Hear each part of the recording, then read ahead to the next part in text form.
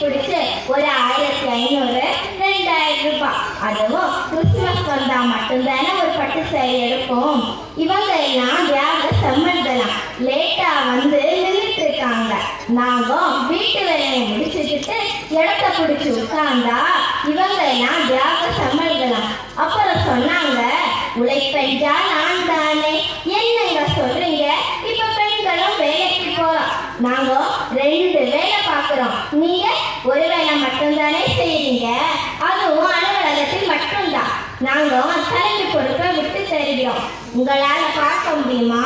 காலையில எந்திரிச்சு வாசல் தெளிக்கணும், காஃபி போட்டு எங்களுக்கு கொடுக்கணும், டிஃபன் வைத்து எங்களுக்கு கொடுக்கணும், பிள்ளைங்களை குளிப்பாட்டி சாப்பாடு ஊட்டி ஆட்டோவில் அனுப்பணும்.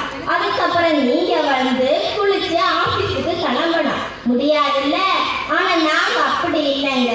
காலையில எந்திரிச்சு அத்தனை வேலையும் பார்த்துக்கிட்டு உங்களுக்கு பைக் சாவி எடுத்து கொடுத்து டாட்டா காமிக்கணும். அதுக்கப்புறம் நாங்க குளிச்சு சேரி கட்டி பாக்ஸில் எல்லாம் எடுத்து வச்சுட்டு மாதம் 30,000 சம்பாதிச்சு வந்து கொடுக்குறோமே. அப்ப எங்ககிட்ட தானே தலைமை பொறுப்பு அடிஷ்னலா இருக்கு. அப்புறம் ஆண் வந்து உதட அடைக்கிறாங்க.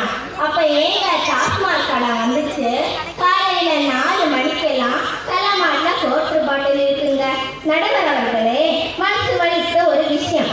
3 பெண் குழந்தைகள், ஒரு ஆம்பளை பிள்ளை. வீட்டில் அடிக்கடி சண்டை. ஒரு நாள் பார்த்தீங்கன்னா அந்த கணவன் அந்த அம்மாவையும் 4 பிள்ளைகளையும் அடுத்து கதவை சாத்துறான். அவங்க எங்கெங்க போவாங்க? இப்படி கூட மனசாட்சி இல்லாம பண்றாங்களே. இவங்க கிட்டையா தலைமை பொறுப்பை கொடுக்கிறது? ஆண் சரியில்லைனாலும் கூட தன்னுடைய பிள்ளைகளை காப்பாற்ற ஓடி ஓடி உழைக்கின்ற மனைவிகளையும் இருக்கதானே செய்யறாங்க. பெண்கள் சுயநலவாதிகளாம்.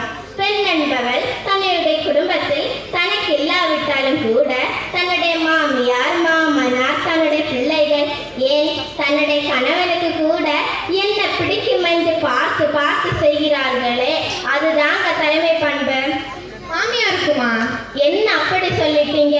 ஒரு குடும்பத்தில் கணவன் சோர்வச்சிருக்கக்கூடிய வேலையை அவர்களை தாங்கி பிடிக்கும் சுமை தாங்கிகளாக இருப்பவர்கள் மனைவிகள் தான். முடியுமா என்பது முட்டாள்தனம்.